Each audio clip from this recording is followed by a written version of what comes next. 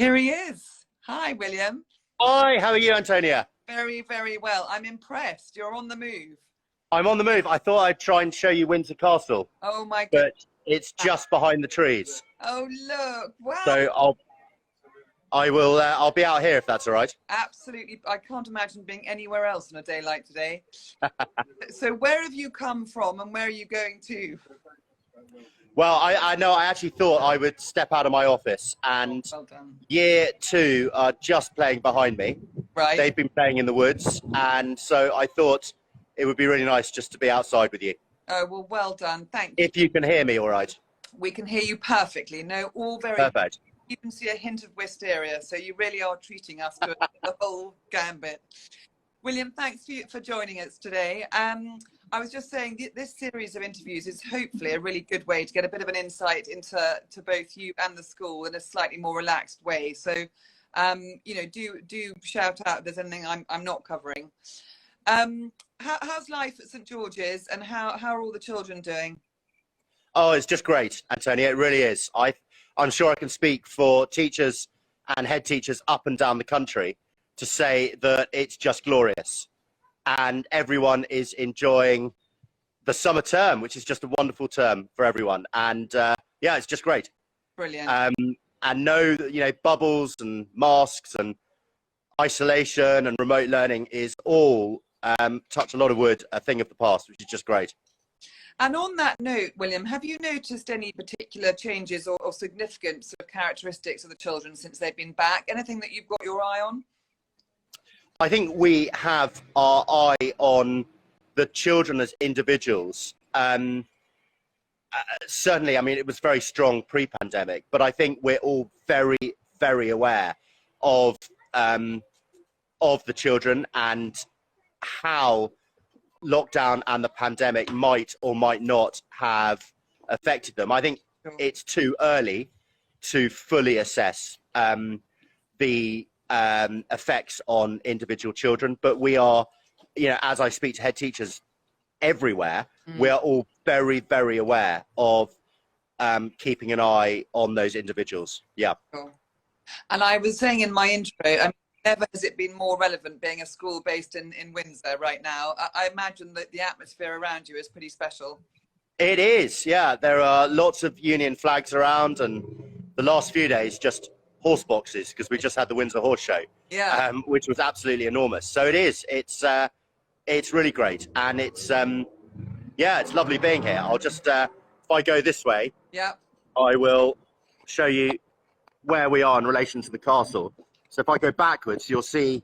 Oh yes. There it is, just there, with an aeroplane flying over. Absolutely. Wow. So it's lovely, and it's a beautiful day. So we are. It's a sort of term of celebration, which is great. And you're situated, by all accounts, I mean, I'm having a look, I mean, in the most amazing spot, beyond being in Windsor, you've got incredible sort of a really good balance of all the facilities in a sort of rural city setting. It's the most amazing. Yeah, we have, and we really pride ourselves on that, being a town centre school. Sure. And I'm looking at Windsor and Eton Riverside train station, which is, you know, 30 minutes from Richmond, 40 minutes from Putney, 50 minutes from Waterloo. Yeah. But yet we've got beautiful, and I'll just quickly show you here, we've got beautiful gardens. And then we're really fortunate that our children we have our playing fields in the Queen's private park. So wow. In essence, we have, you know, acres and acres of land to enjoy, which is just great. And I know that the school was originally set up to educate the choristers years ago. I imagine music is still central to all that you offer at St George's. It is. I think music should be, you know, integral to every single school. Music touches children in so many ways and is so important for their development and their happiness and their joy. And children don't have to learn a musical instrument or sing here. Just that very exposure to music is really important. Yeah. But it's not at the expense of everything else. And I think it's one piece of the jigsaw. And we're really proud of it. And we love everyone sings, and everyone will have played the violin by the time they're in year 3. And this evening, actually, we got our big gala concert in St George's Chapel. So music is there. the excellence and the high performance that the choristers enjoy in St George's Chapel permeates across the school. Yeah. But it's absolutely not something that defines us as a school. No, sure. And you mentioned the jigsaw puzzle. I mean, I think that's such a good analogy of prep school as a whole. You know, these guys are running from, you know, the Latin reading competition to drama, to playing cricket, to coming back to, you know, obviously that's some academics thrown in for good measure. It is a juggle, but it's a very important part of prep school, don't you think? Yeah, it is, that breadth, and expose children to everything. You know, they are sponges at this age. They have their eyes wide open to every single opportunity. And I want children to develop a passion, develop interests. They don't have to be mathematicians. They don't have to be great readers at all. No. If we've got children who have a real passion in mountain biking, or a passion in music, a passion in drama, a passion in anything at all, we want to try and unlock that. And what's really great about our curriculum and our approach is we're not defined by academics. We're not defined simply by assessments or an end result. You know, I want children to develop the confidence, their self-esteem, and they're just interested in so many areas. And you're right, that's the absolute joy and privilege of us all being involved in a prep school education. And does that lend itself, is because you guys have introduced the IB, or the International Baccalaureate, from obviously junior level through. The idea behind that, was that also to give a certain breadth felt that was missing? I think the idea of that is we wanted to address the elephant in the room. And the elephant in the room within education is we test children at every opportunity. We get a child aged 5 who's creative, who's imaginative, who loves learning, who questions everything. And then what we do in the UK is we crush that out of them, slowly but surely. And we want to demonstrate, putting the children right at the heart of that decision, we want to demonstrate that there's another way. And our IB, which is focused around the learner profile, which is focused around linking subjects together, is and focused around our vision of real world ready, absolutely buys into primary education and unlocking that breadth and unlocking the skills, not just knowledge. And it's been really exciting. And senior schools, far from being worried about whether our children will, you know, get the right sort of 2 numbers that seem to determine their future, senior schools are really, really excited about what we're doing. And how long have you, when did you start it, William? How long have you been running it? We started planning it about 3 years ago, and I had a bit of an epiphany during lockdown, when I had this amazing helicopter view of what the school were doing, and just thought, wow, these children need to link subjects together. Why are we teaching maths in silo to chemistry and silo to history and geography? So we started looking at alternatives. I've got an IB background in my own career, and we spoke to parents and said, you know, what skills do you want your children to have as business leaders? What skills do you want your young employees to have? And everything just fitted to the IB. So we announced it in March last year, and we started it in September 2021. And has that affected your common room? I mean, or have staff been very kind of open to change? Yeah, really open to change. I mean, it won't have come as a surprise to anyone, because it's my ethos to education, and I've talked about it for 4 years. You know, I'm vehemently anti-assessment for the sake of it. Sure. You know, I don't like education as a means to just getting a result in a test. So I've talked about it. I've talked about character education, mindset, skills, and having the right attitude to learning for 4 years now. So it didn't come as a surprise. No. And I've been very clear with the team. You know, I've said, we're doing this for the children who are here, and you have to be absolutely on the bus. Yeah. And I'm really, really thrilled that I've got a team who are from kindergarten through to year 8, support staff and teaching staff who totally buy into the IB learner profile. And we're really developing that as a community. Exciting times. It sounds very innovative. Are there many other schools at prep school level the same? So we're the first standalone prep school to go with the IB and join Round Square, which is a progressive network of 250 schools around the world, linked by environmentalism, leadership, democracy, international understanding and service. And that's been really exciting because already our students have had conferences with India and Pakistan about peace, a leadership convention with a school in Colombia, and we've got loads planned with Round Square. So we're the first standalone prep school to launch those two. And I've been contacted by a huge number now, and people have come to visit us and see what we're doing. And it's really just to demonstrate that for these 340 children I currently have at St George's, that there's a better way of educating them while still getting those same results and outcomes. And great to have the senior school buy-in, because I agree with everything you said, but sadly, you know, there is a transition to senior school. They're obviously endorsing what you're doing, which is great. Yeah, totally.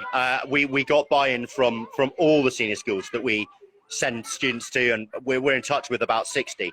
We don't send to 60, but we're in touch, close contact with about 60 senior schools, and they all saw the relevance and the excitement behind it. And I firmly believe that our students will head off to senior school in year 9 with a love of learning, which I do believe that traditional methods have managed to squash, because students in year 7 and 8 spend 2 years doing past papers.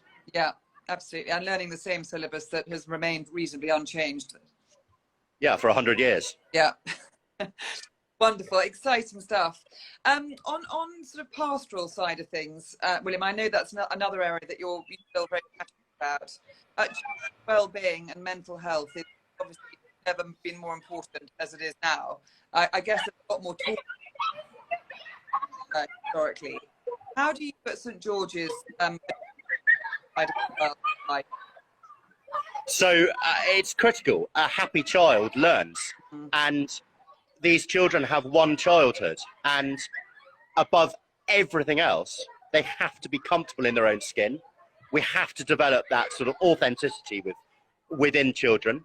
They have to be in the right environment where they feel loved, nurtured and believed in. Every single child. You know, I'm not just talking about those who might play in the top sports teams and might get the top spelling test results every week, but every single child feel backed up, loved and nurtured. And against the backdrop of societal pressures, social media pressures, expectations from parents, expectations from society in general, and in a deeply uncomfortable and unconfident world that these children are in, recognizing their emotional well-being, which leads to resilience, which leads to our children being able to weather the everyday storms of life, is crucial. And we make no apology whatsoever that mental health, well-being and having an environment where children feel they are able to talk about issues is far more important than our literacy and numeracy levels.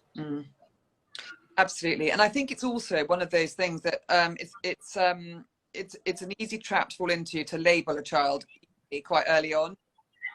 I think that's got to be looked at really carefully, because they are such formative years where everyone's flexing muscles and that, you know, you're careful, don't you, that you're not pigeonholing someone pretty early on. Oh, totally. Children are like a lovely big pot of popcorn, and they all pop at different times. And we must give them the space to grow as individuals and to grow their confidence and nurture their individuality, because they will all get there. And some will take the A road and they'll get there very quickly. And some will take the scenic route. And we mustn't fuss them. We mustn't worry these children. They are young. Children at prep school, they're still little children, age 13. Absolutely. And that's really, really important. I think that's a lesson for all of us, a lesson for us parents and a lesson for educators as well. For sure. And on that note, is there a particular child that you think fares really well at St George's? Are you looking for any particular, for a parent, if I was a new parent starting the journey of independent school education, are there certain characteristics that you are looking for? No, absolutely none at all. I love we have 340 quirky children, and I feel that's it sounds very cliche, but it's something I feel absolutely passionate about. Mm. We are a school that wants to be utterly inclusive, kind, and I cannot stress that enough. Yeah. And a school that just wants to bring out the best in every single child, that they feel comfortable, safe, happy, and secure, and loved. Mm. And so no type at all. In fact, I think that's a real downside, again, or a trap of the education system. We feel we need to funnel a type, and in terms of interest, in terms of character, in terms of trying to mould a child to be a certain type of person. And I think we've got to rebel against that at all costs. Well, the trouble is, if you start doing that, you sort of quench any creativity, really, don't you? Because a lot of learning is sort of experimenting and getting things wrong. And if you're funneling that from too early a stage, you're going to just, straitjacket these children. Yeah, totally. And the world needs diverse thinkers. The world needs creative thinkers. We need people who think outside the box. We need rebel sort of reformers. That's why we're understanding dyslexic thinking so much better. There's a brilliant book I'm reading at the moment about why the world needs dyslexic thinkers, why we need to not only cater for, but celebrate and use the skills of diverse, neurodiverse people. And you're absolutely right. We must, as long as we instill and promote kindness, respect, honesty, and just being a really decent human being, then we must leave every character trait these youngsters have alone and just celebrate that and allow them to flourish in their own skin. And George's, do you tend to have families that track through the school? Siblings, is that quite normal to have lots of? Yeah, we've got 340 children, and I reckon 250, 60 families, so quite a few siblings. That, again, for sort of prospective parents, it's a lovely sort of community feel for families to join and become part of. Yeah, do you know, we moved down here 4 years ago, and from rural Scotland, and we had a lovely community up there, and we were a little bit worried about coming down to, the great sort of fabled inner M25 culture of high expectation and sort of going life in fast forward. But I've never come across such a lovely community that is driven and built by the parents. It's a real community here, and I think everyone just loves that. We're not sort of shiny and polished, but we are a community that that really cares about one another, and I think that's lovely, and that's driven by the families. Sure. And just to end on, William, I'm very conscious that you're on the move and you're always so busy. Any other significant sort of changes that you see going forward? It sounds like the IB out there, and that's going to take up your focus for the moment. But anything over the next few years that you can see or talk about? Do you know, the world is changing every day, and education is changing the whole time. We're in a period of genuine exponential change, and we are always looking for how to adjust our offering, make changes according to that. I think schools that operate just as an island are going to be left behind, and we're not going to do our children any good. So yeah, we are permanently, we have a sort of restlessness here of constant improvement and constant ambition to look beyond our school gates and do things differently. So yeah, the IB, the pre-senior baccalaureate, our year 7 and 8 program is in full swing. Our year 8s are about to do their TED Talks in Windsor Castle. Instead of sitting boring common entrance papers, they're going to be doing something really exciting. We're a TEDx venue. We've got our round square. We've got our schools partnership with 13 local schools. Yeah. We've got loads going on, but we're going to be launching some big stuff, certainly in the next year or so. Fantastic. Well, gosh, oh, to be young again. It sounds pretty idyllic. Thank you so much, William. Look forward to chatting soon. Brilliant. Thank you so much, Antonia. Lovely to see you again. Okay, bye.